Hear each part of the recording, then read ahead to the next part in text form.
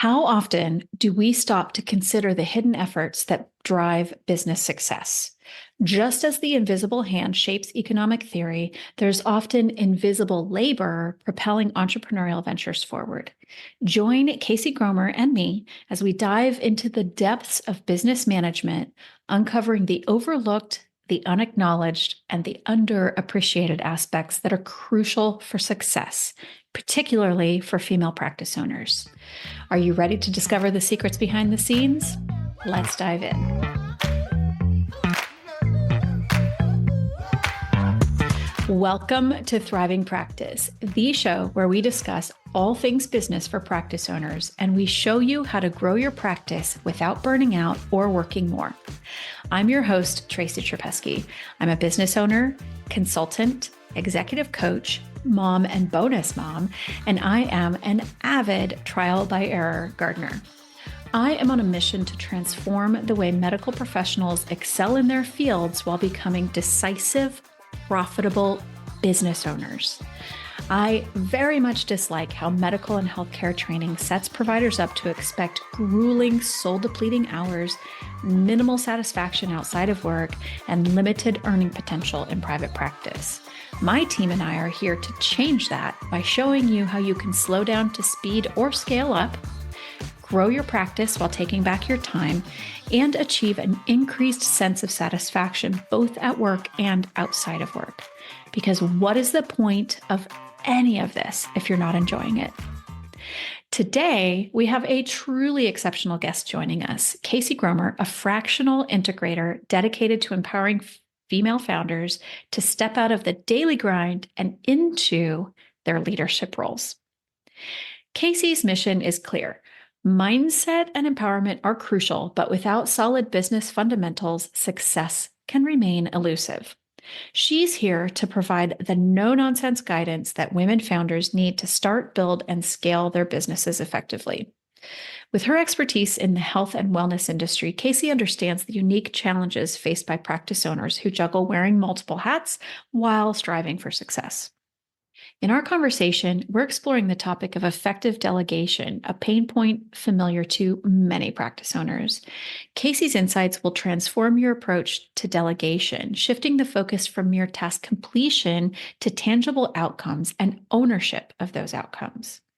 You'll learn why traditional delegation methods may fall short and discover a new paradigm for building high-performing, self-managed teams. Throughout our conversation, Casey shares invaluable strategies for identifying when and how to delegate, as well as the importance of building the right leadership team. From distinguishing between various operational roles to navigating the hiring process for business management and operations, Casey offers actionable advice that will forever change your approach to delegation and management. Casey advises practice owners without business expertise to weigh the benefits of learning business skills versus hiring people to help you with that. She suggests that hiring someone for specific tasks as a cost-effective interim solution before committing to a full-time position is a really great way to bridge that gap. Clarity about what's most important for staying open as a business is critical, along with revisiting foundational principles whenever necessary. By the end of our conversation, you will be equipped with the tools and insights you need to delegate effectively, ultimately freeing yourself from the day-to-day minutia of practice management. And you'll do that by empowering your team to thrive. So let's learn about streamlined operations and sustainable growth with our expert guide, Casey Gromer. Casey Gromer, thank you so much for coming on the show. I'm so excited to be here, Tracy. And for the conversation that we had leading up to this, I'm really excited to see where our conversation's going to go. Me too. I think we already solved a few large problems in the world, so we're good to go. Yeah. Yes. Well, while we dive in, tell us where you're located and then tell us a little bit about your company and how you came to be a fractional integrator. Well, thank you. I'm in Brainerd, Minnesota. And for those of you who don't know where Brainerd is, it's central Minnesota. And if you've ever seen the movie Fargo, it actually was filmed in Brainerd, Minnesota, and not in Fargo, North Dakota. So that's where I'm at. And my business is C-Suite Boutique. And as you mentioned, I'm a fractional integrator. Many people don't know what that is. So a very quick explanation of fractional integrator is if you are the owner of the business, you wear lots and lots of hats. And the integrator comes in as kind of the yin to your yang, so that you wear a certain half of the hat of the business owner and the integrator wears the other hat. And the hat that the integrator wears is executing the business plan, managing the people, getting things done, and making sure that the business stays profitable. So that's what I do. And do you serve remotely? Do you serve clients all over the Yes. country? Okay. Yes. And in fact, the reason that I'm doing fractional integrator work is I used to live in big city and moved to a more, rural location. And I designed this role basically to do what I do remotely. So I serve clients, my company serves clients from California, Washington, Texas, Florida, New York, all over the country. So Nice. yeah, it's great. I love that. For positions that don't require being on site, why not? Right. Right. Looking And at you, corporate America. I know that's been a soapbox I had ever since I was in corporate, which is I don't really need my butt in the seat to do this. And I'm not going to say that there aren't times when it, would be helpful or make a lot of sense, but we've certainly come a long way Oh, in for sure. getting the things done that we get done and doing it the way we do it. So Absolutely. Well, and we're doing it now, right? We're we having this are. great interview Yes, as if we we're in the are. same room. You're in Minnesota and I'm in North Carolina. There we go. Done I and love done. it. So I was thinking about, what we would talk about today, kind of based on what you shared with us in the intake form. And I'm really intrigued by looking at, like, you work primarily with women founders of businesses, correct? Yep. So I'm curious about, like, the demands placed on a female provider who's also the owner, who also is a woman. And as we were talking about leading up to this, like, by and large, women carry what is called the invisible labor, which means Yes. tending to all the things that happen outside of work. The high majority of household duties, duties of children if there are children, duties of aging parents if there are, and all these other things that more often than not land on the shoulders of women. So I'm Right. curious, like, what that's like, that process of working with these highly intellectual, highly trained, very caring individuals who are spinning all these plates or wearing all these hats. Um, I know that was a long lead up to talking about delegation, but I want to paint that picture for our listeners that yes, we're talking about women, but even if you're not a woman or female identifying, I think this is really important to hear this conversation because it is different. It is.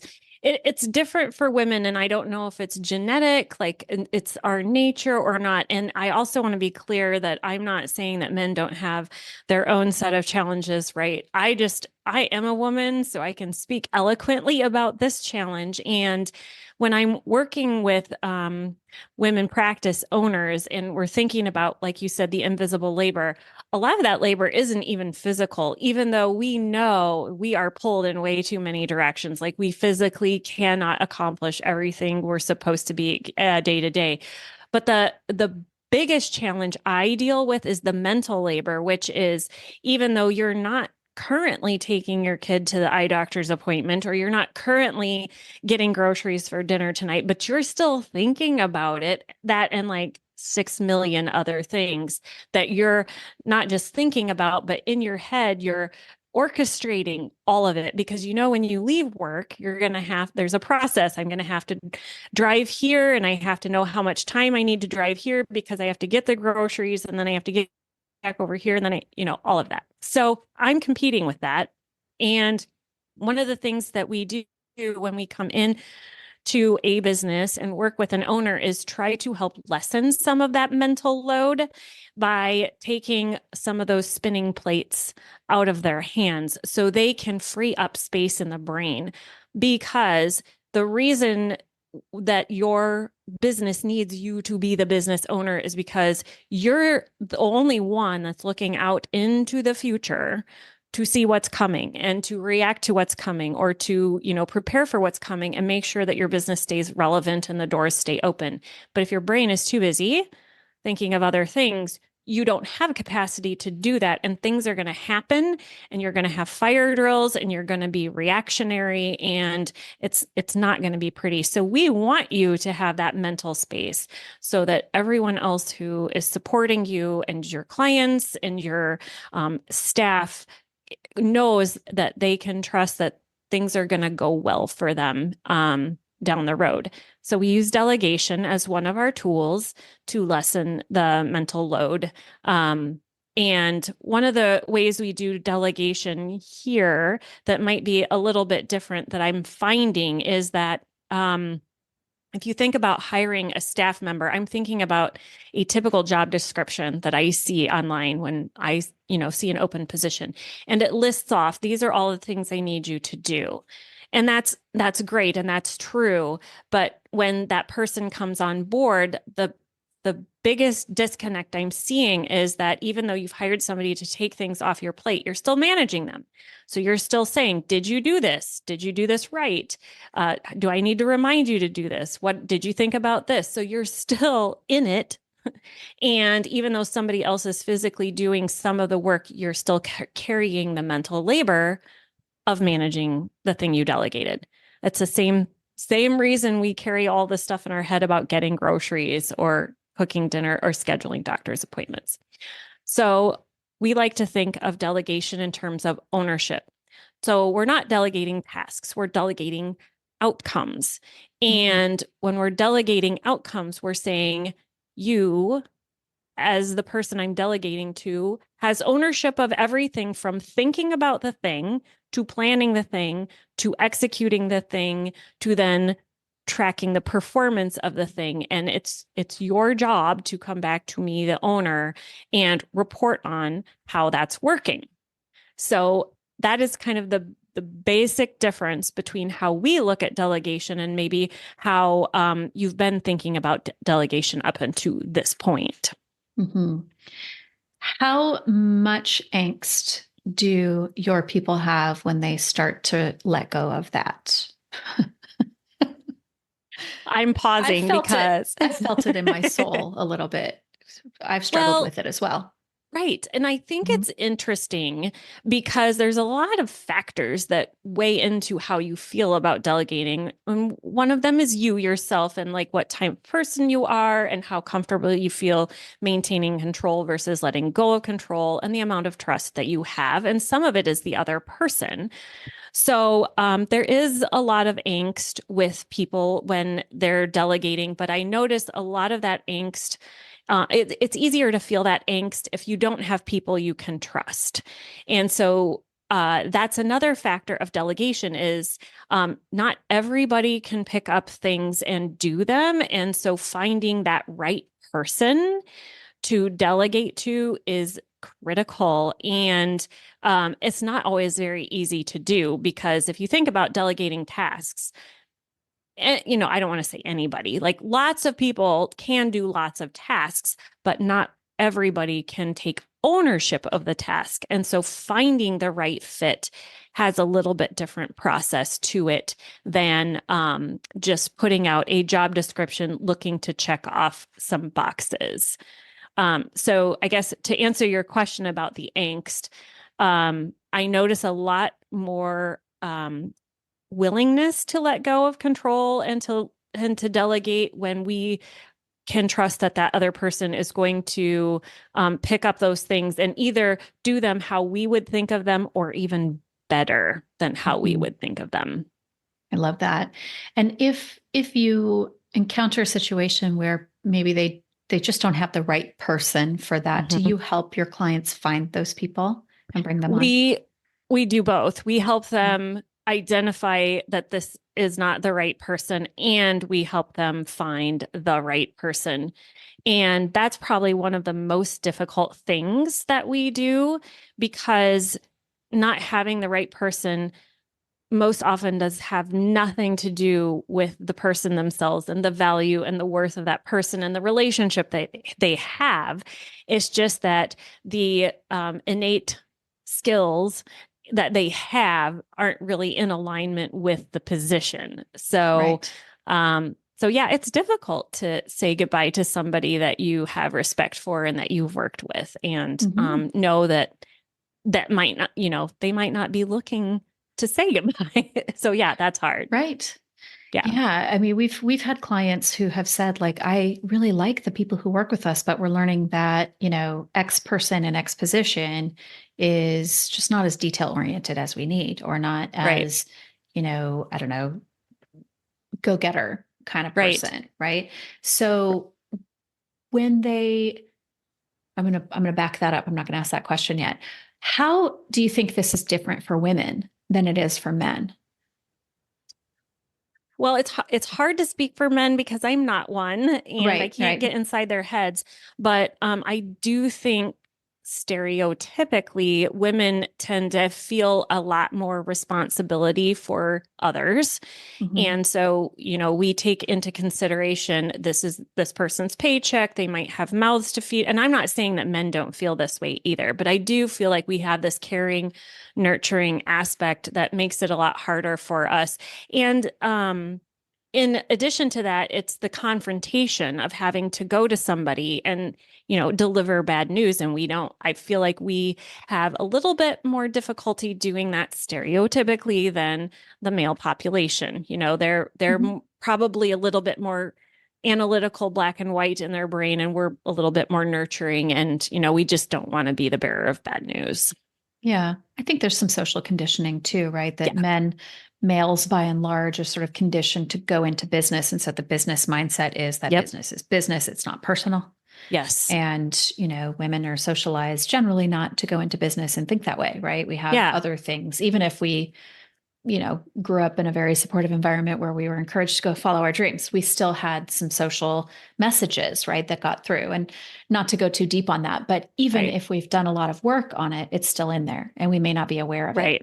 Right. I think the Interesting. good news is it's slow. I see it shifting because the studies are showing leadership qualities are different today than they were 10 or 20 years ago. And so I think women are doing a better job integrating some of the more masculine aspects of leadership, and men are doing a better job integrating some of the more feminine aspects of leadership. So hopefully someday we'll Yeah. come for full circle and we'll just all be great leaders.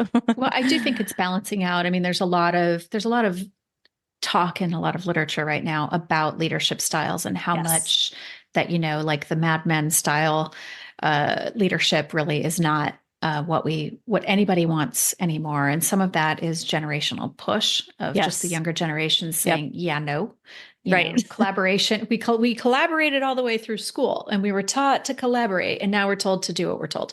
Right. And Yes. that's a strange shift for them. And I think Yeah. there's a bit of that. But I think also just like, I think things are changing, right? And Yeah. people, maybe the world's a little too hard and we want something a little softer. So we're all kind of coming a little bit more to the middle Yeah. for one I another. like the Yeah. middle. I like Hmm. the middle. It's good. It's like squishy and firm. Yes. Right. Well, it's easier Yeah. to deal with because you have a little Yeah. bit of this and a little bit of that. And, Yeah. it's easier to course correct if you don't have as far to go. So if you stay right in the Yeah. middle. Yeah. And I think that, this is, in no way, like you were saying, we're not men, so we don't really know what it's like. But, having worked with men and been in a relationship in whatever way with men, we see how challenging it is for them too, right? Yeah. We're like, show us more. And they're like, but I was taught not to cry. So Yep. I think that we have a lot of things that we're all doing our Yes. internal work, and it's going a little bit on a tangent, but I think it's interesting just to point out, like, business ownership requires personal development, period. Yes. Yes. Just Absolutely. does. So, I love good it. luck. Yes. Call me. Yes. Yeah. So what kinds of challenges do you see, like in terms of business challenges, that, like, when your clients come to you, what's their major complaint? So there's a couple of very definitive categories. And I will tell you the first one, and it's, the most major one is I do not want to manage people anymore. And so, I mean, hands down, that's the number one thing. And it's because like I was explaining before, when we're delegating, most often we're not delegating with ownership in mind. And so what happens is not only am I wearing all the hats that I was wearing before, but now I'm managing other people as I'm wearing those same hats. And it's just too much to manage.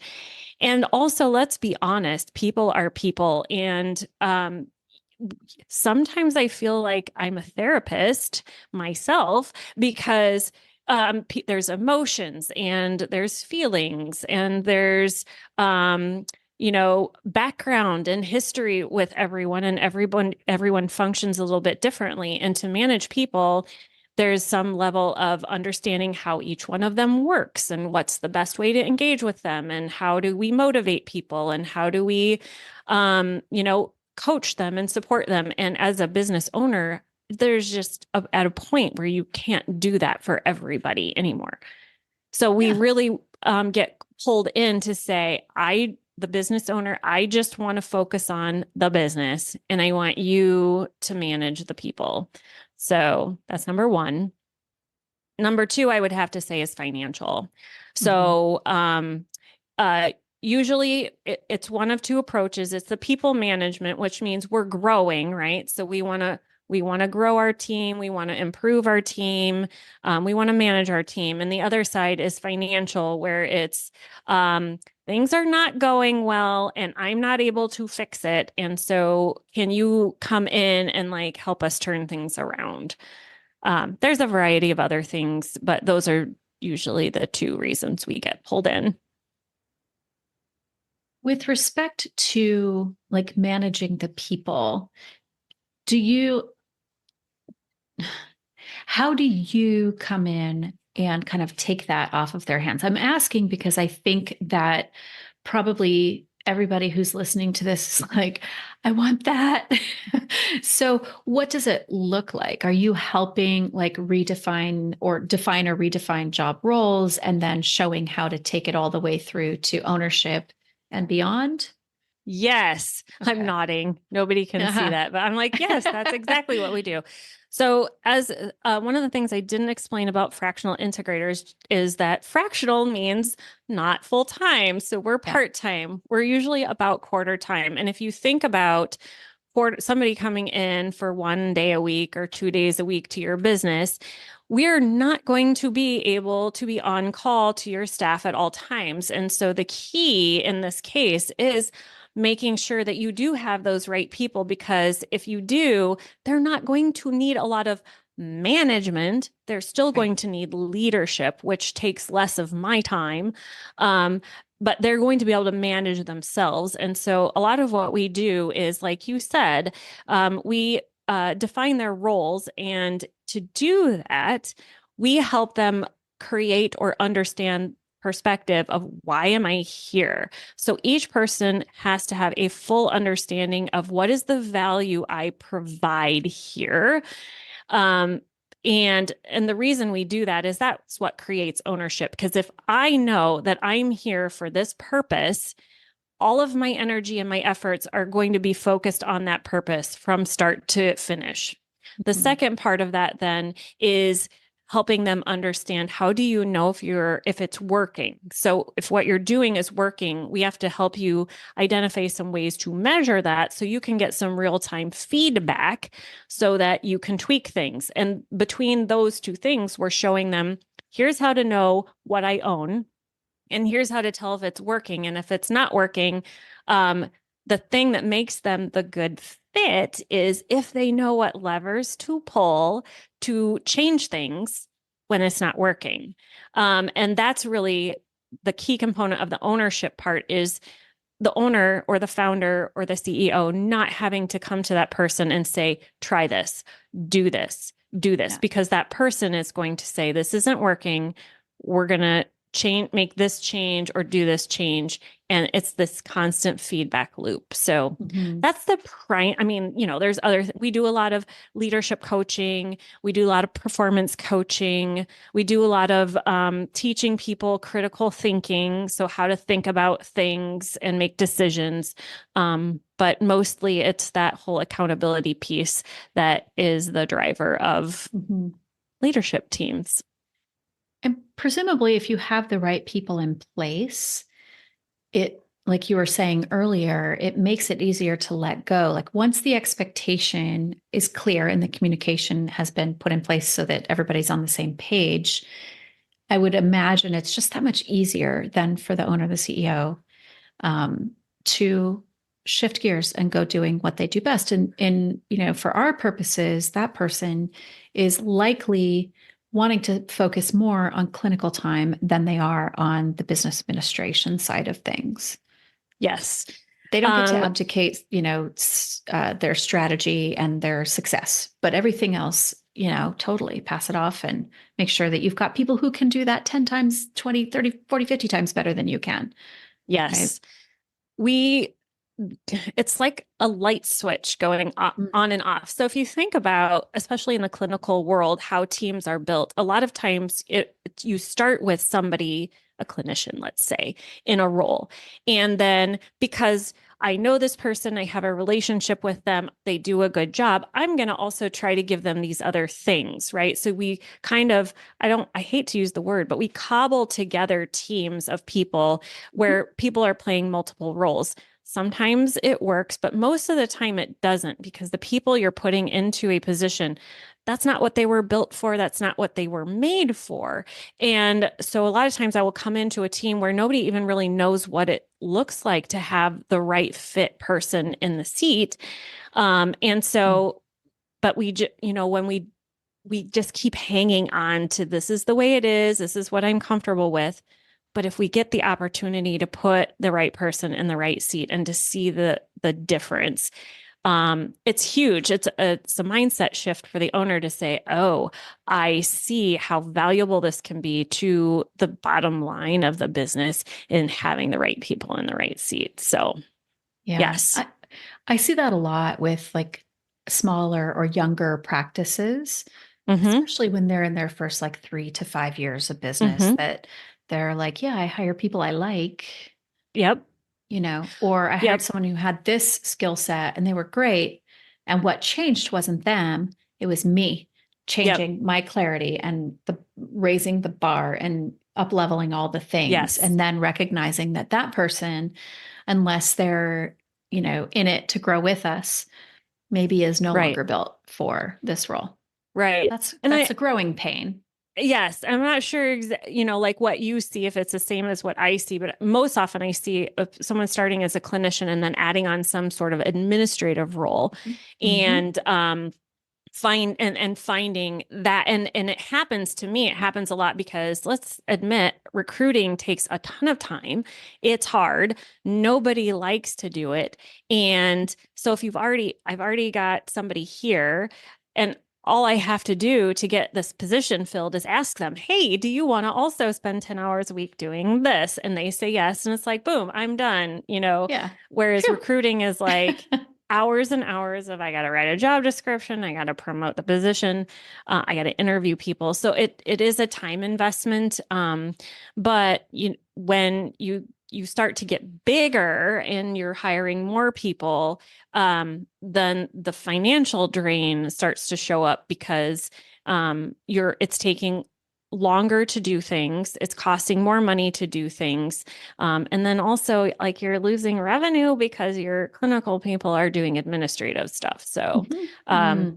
that's when the light bulb starts to go off, and it's like, Yeah. oh, I see how important this is. Yes. And I think this is why the work that you do it's important for all of your clients, but I would be willing to put $20 on the table and bet that it's even more important for healthcare focused people for so many reasons. Most, Yes. unless they grew up in a family business or did some kind of business behind the scenes business work, do not have business training. So they're Right. coming into it like, blind almost, Right. and even if they get support with opening and doing all the things, the day to day can become overwhelming and daunting, and it can really suck the life out of them, just Right. blunt. Somebody said something to me the other day. He said, I didn't know what I didn't know. And I think that's kind of the case. Like you're going along and you think everything's fine until you see somebody else doing it differently. And you didn't even realize there was a different way to do it. So I think that's, helpful. And also looking at there are practice owners out there, who don't have the business background, but they're putting in a lot of work to figure it out. And if you Mhm. think about how much time that takes you to figure it out, I'm not suggesting you shouldn't do it because I think it's important, but also thinking about, doing the math between, is it better for me to spend my time learning this, or is it better for me to invest a little money and find somebody else who can do it for me? I'm not sure the answer to that question. It's probably different for everybody, but it's probably one we could ask. I think it's a really qualified, it depends, Mm-hmm. right? One of the things that we recommend for our clients is like know enough to be dangerous Yep. and to know how to find the right people. Yes. And Yes. then you can ease off of it. So Yes. there is a heavy lift when it's time to up level or start up or, whatever growth, area of growth one is in business. Yeah, it's a challenge because here Mm-hmm. we are, our providers are doing X number of clinical hours. And then there's the admin part that only they can do, like, for whatever insurance and payment reasons. And then there's like all the rest, which is still being the chief strategist, to be the Yes. CEO, to to do play all those roles and wear all those hats. And I just think that it's asking too much. So if we can send them up to only high level as far as the business is Yep. concerned, they're in such a better place. And guess what? When you start, letting go of the tasks that don't belong to you and you know that they're in capable hands, now you have brain space to, if you're inclined to do more research, to write articles, to sleep more. I don't know, whatever it is that you want to do, Right. you have the brain space and Yes. probably are able to create the time to do all those Yes. things too. Yeah. One of the strategies that we talk about, some people are really good at doing this, but I just want to mention it in case it's helpful to anyone listening, is that it's okay to hire somebody for something very specific. Even if it's just 10 hours a week or 5 hours a week or 20 hours a week. So you don't always have to offer somebody 30 to 40 hours a week to offer a position. And a lot of times, especially if you're in a transition phase, that's actually, we recommend that because you're saving budget, but you're also getting more value for your money at that point. And then to your point about the transition always looks like do it myself, outsource somewhat, and then you get to a point where this is a significant role in the business now, and we must hire, a more significant person to do it. So that's what Yeah. my kind of delegation transition phases look like. I love that. If people are listening and they're going, wow, I need to have a conversation with her, holy expletive, I need some help, how can they get in touch with you? Thanks for asking. Of course, we have our website. It's c-suiteboutique.com, and that's SUITE. So kind of like, when you're thinking C-suite in corporate. So csuiteboutique.com. And then I love to meet people and chat with people. I would love for them to connect with me on LinkedIn. I'm pretty active on LinkedIn, and I'm Casey Gromer. So come find me out there. We're always having conversations I have a lot of conversations about life and business stuff. So it's not Yeah. just, talking about nerdy stuff. Well, we're Some of it human is. beings, right? We're Yeah. human beings on this journey. So we're having Yeah. this whole experience. We'll make sure to put both your LinkedIn and your website in the show notes so that you can just click on it and get there. Yeah. Oh, Yeah. and oh my gosh, I can't believe I forgot to mention this. I actually have a podcast. Oh, yeah. Right. Gee, I should have brought that up. Podcast. I didn't even We'll think put of that it. link in there as Yeah. well. What is it called? Your podcast? It's Female Founders Breaking Boundaries. And if you like what you're listening to here, it's exactly the same approach I have on my podcast. Is I want you to walk away with something actionable after every episode. So awesome. We'll make sure that's also clickable in the link. Oh my goodness. How could we just got carried away with ourselves. So if you were to offer our listeners like one piece of advice that they could implement like today, maybe tomorrow, if it's close to the end of the day for them, what would that be? I'll try to make this really short. So I'm going to keep it in relation to the topic today in terms of delegation. And I want to challenge you to think differently about how you structure your business. And I want you to think about what are the major functions in my business that are absolutely necessary to keep the doors open. So I'm thinking, I got to get people in the door, I got to collect payment, and I got to deliver the service. And decide what those are. That's where you need to make sure that somebody is accountable for all of those things. So that's my advice is know what the drivers of your business are and start there in terms of delegation. A lot of people like to think about what role, like, the title of the job title that I'm looking for. And I'm saying, do it last. Start with the functions first. Yeah, that's my advice. That is sage advice. Sage advice. Heed Casey's words. Well, Casey, it works for some people. Yeah, right. Well, if nothing more, they'll gain clarity about what's most important in terms of how to stay open as a business, and then they can take it from there. And I think that that's along the lines of what we teach too. Is like slow down just a little bit, right? Slow down, get super clear, and then action. Yeah. I like to think of it as the foundations. So if anything ever starts to go off the rails, go back to your foundations and say, this is where my time and money needs to be focused for now. And then we can expand on it when we're ready again. I love that. So good. Well, this has been a wonderful conversation. Time flies. I looked at the clock and went, wow, look at that. Look at that. We did it, and it felt like it was a blink of an eye. I just think this is such valuable information. So I just really appreciate you coming on the show. Thank you so much. Well, thanks for having me, Tracy. Thank you for joining us on this episode of Thriving Practice. If you've gained insights and values from listening, we ask that you please take a few minutes to share your thoughts by leaving us a review. Your feedback helps other practice owners just like you discover our empowering content. Remember to subscribe and become part of our vibrant community of practice at thrivingpracticecommunity.com.